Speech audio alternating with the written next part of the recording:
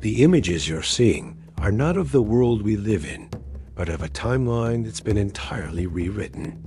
Everything changed because of a single crucial moment in history. April 30th, 1945. But in this version of history, the red Soviet flag never flew over the Reichstag in Berlin. Adolf Hitler did not take his own life. The Third Reich and the entire Axis alliance never fell to the Allies. That's right. In this world, humanity's worst nightmare has come true. After the fall of France in the summer of 1940, Nazi Germany began preparing to invade Britain, continuing its path toward total domination.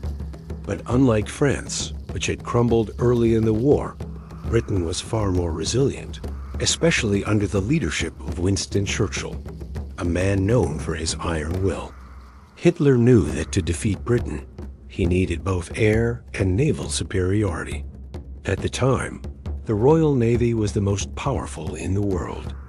So instead of launching a lightning-fast blitzkrieg as usual, Germany needed to control the skies first. Hitler authorized the air assault 3 weeks earlier than in real history, before Britain had recovered from Dunkirk. The Luftwaffe launched massive bombings on airfields, aircraft factories, radar stations, and supply ports, paralyzing Britain's defensive network. The Royal Air Force, RAF, steadily lost its ability to defend the skies. And with Churchill gone assassinated in this timeline, his successor, Lord Halifax, sought peace to avoid further bloodshed. London surrendered to a peace deal. Germany made no territorial demands, only that Britain end its blockade and exchange prisoners. Once Hitler learned the United States wouldn't intervene unless provoked, he recalled all U-boats from the Atlantic, denying America any excuse to join the war. Germany reopened maritime trade routes, importing oil, rubber, machinery, and resources to fuel its war machine. A new era had begun, and nothing stood in the way of the Third Reich. In the summer of 1941, having secured the West, Hitler launched the largest land invasion in history, Operation Barbarossa, the assault on the Soviet Union. Nearly 4 million German troops and hundreds of thousands of military vehicles pushed deep into Soviet territory, seizing economic strongholds in Ukraine, Belarus, and the Baltics. Millions of square kilometers fell. Over 3 million Red Army soldiers were captured. Key oil fields now fed the Nazi war machine. But Hitler's ultimate goal was Moscow, the heart of Russia. In our real timeline, the Soviets mounted a fierce counteroffensive at Moscow, marking the beginning of Nazi Germany's downfall. But in this alternate world, Germany faced only one front: the East. Britain was no longer a threat. And with fewer U-boats in the Atlantic, tensions with the United States remained minimal. The Wehrmacht now poured its full strength into the Eastern Front. Moscow and Leningrad fell. The Red Army retreated to the Ural Mountains. Germany secured strategic bases, fortified supply chains, and outmatched the Soviets at every turn. Defeats in Moscow and later Stalingrad shattered Soviet morale. The USSR had not collapsed yet, but it was bleeding, cut off from allies, and running out of time. In 1941, in this alternate timeline, Japan did not attack Pearl Harbor. Instead, Tokyo coordinated with Nazi Germany to launch a full-scale invasion of the Soviet Union from the east. The Red Army now faced a two-front war, attacked from both east and west. It was unable to concentrate forces on any single front. Even worse, there was no safe corridor left to receive Lend-Lease aid from the United States. Slowly but surely, the Soviet bear was being pushed to the edge of collapse. Meanwhile, Japan's victory over a formidable enemy, like the USSR, gave it momentum to expand its influence across Asia. In 1942, the Japanese army invaded the Dutch East Indies and surrounding regions, securing access to critical oil supplies needed to maintain its military occupation. After tightening its grip over Siberia and East Asia, Japanese Prime Minister Hideki Tojo met with Adolf Hitler. Together, they began drafting a new global strategy for the Axis alliance. As the war in the Soviet Union drew to a close, and with Germany and Japan fully aligned, the world entered a new era. One in which the Axis powers reigned supreme. By late 1942, Japan had taken control of all East and Southeast Asia. Germany, meanwhile, ruled over most of continental Europe and Western Russia. There had been no Pearl Harbor, no American outrage, and no reason for Washington to intervene. Hitler explained it simply. Japan had enough oil from the Dutch colonies. There was no need to provoke the U.S. Berlin promised full support if needed. But both powers knew the truth. If they could keep America neutral for just one more year, their dream of global domination would become reality. Without provocation, America would not go to war. No Pearl Harbor meant no day of infamy.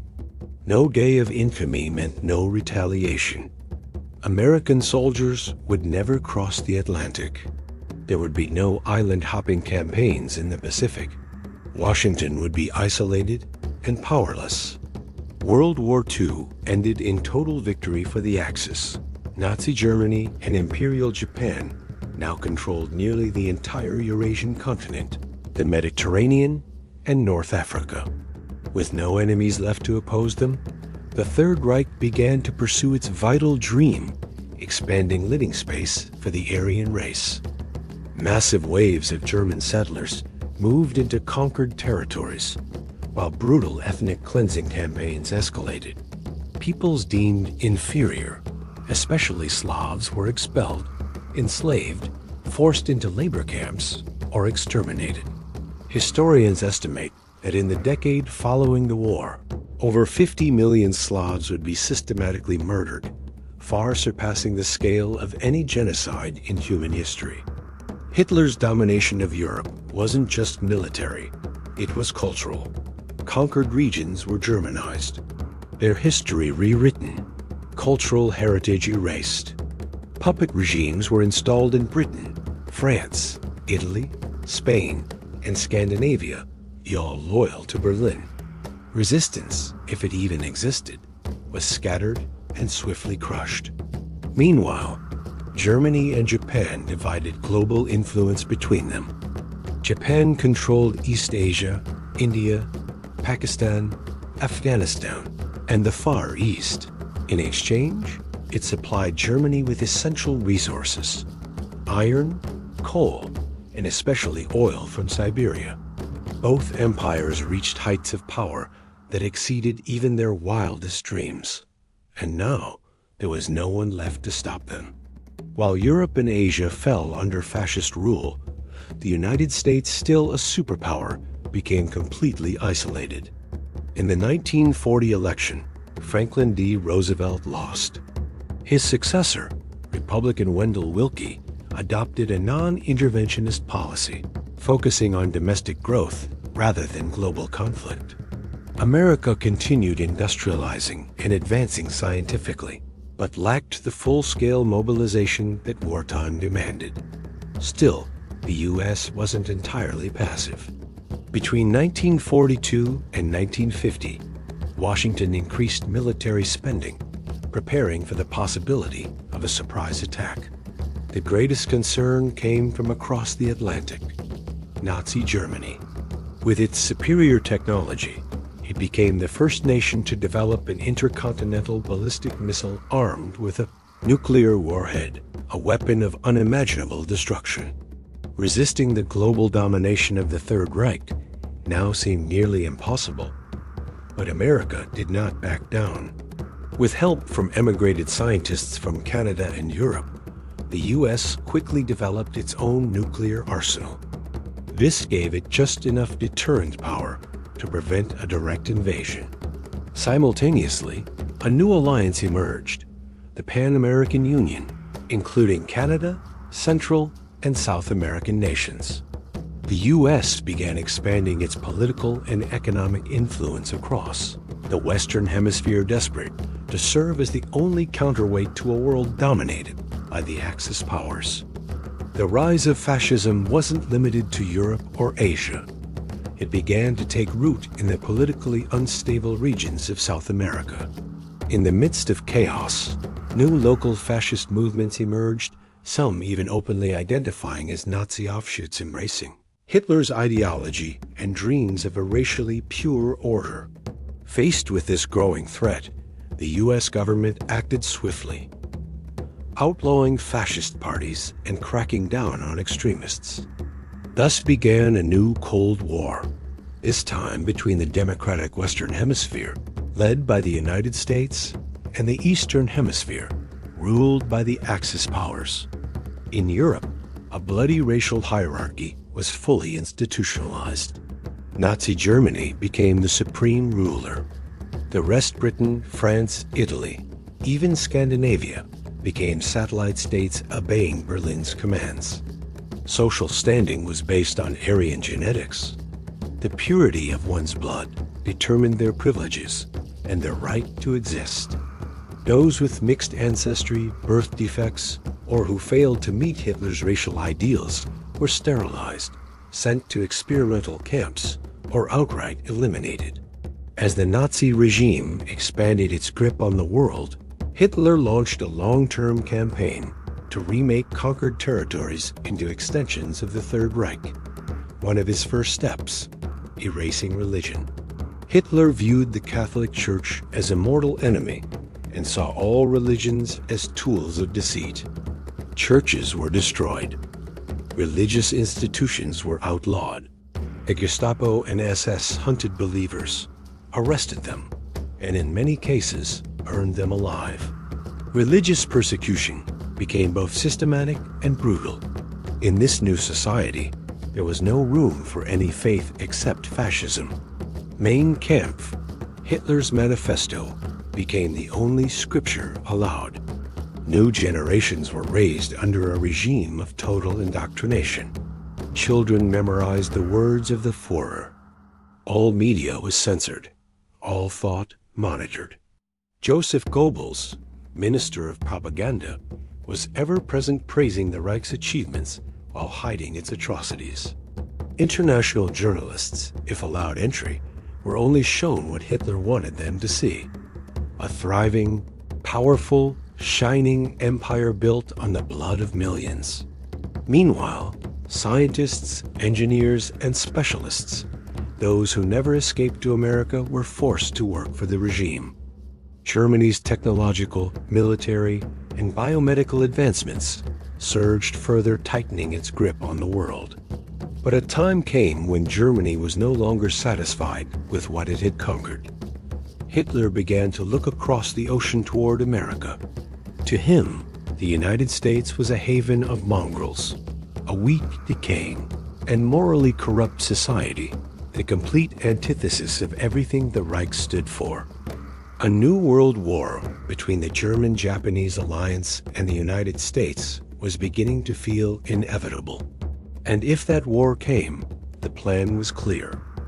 Germany and Japan would strike simultaneously from both sides, trapping America in a deadly pincer, just like they had done to the Soviet Union. In this world, territorial control wasn't enough.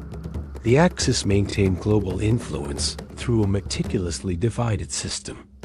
As author Philip K. Dick imagined in his novel, The Man in the High Castle, Japan ruled the greater East Asia co-prosperity sphere, stretching from India and Pakistan to Afghanistan and the Far East. In exchange, Japan supplied Germany with strategic resources like iron and coal from Siberia.